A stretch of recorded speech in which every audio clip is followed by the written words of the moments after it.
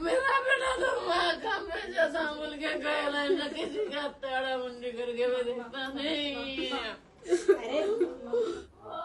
Railway लोकलने प्रवास करत असताना बोरिवली ते अंधेरी दरम्यान एका तरुणावरती धारदार चाकूने हमला करण्यात आला आणि ज्या तरुणावरती तो हमला झाला तो तरुण विरारचा होता आणि सध्या मी त्याच्याच घरासमोर आहे। एक जर पाहिलं तर हेच त्या मयंक लोहार जो तरुण आहे त्याचं हे घर आहे आणि त्याच्या घरामध्ये जे कुटुंब आहे अक्षरशः दुःखाचा डोंगर या मयंकच्या घरावरती कोसळलेला आहे। मयंकच्या अचानक जाण्याने जिच्या आई जी आहे ती अक्षरशः या ठिकाणी पुन्हा हवालदिल झालेली आहे। जर पाहिलं तर तिची देखील परिस्थिती जी आहे ती गंभीर झालेली आहे।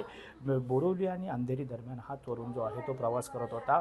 पाऊस आला आणि पाऊस दरवाजा बंद करा याच्यावरून हा त्या दोघांमध्ये वाद झाला आणि वादाचं रूपांतर ते आहे ते घातपातमध्ये झाले आणि या घातपातामध्ये मयंकचा जो आहे तो दुर्दैवी मृत्यू झालेला आहे। आणि या जो तरुण आहे जो तरुणाने मयंकवरती हमला केला आता या तरुणाला पोलीस कधी पकडणार आणि घरच्यांनी अशी मागणी केलेली आहे की त्याला कठोरात कठोर शिक्षा व्हावी अशी मागणी आता या कुटुंबाने केलेली आहे।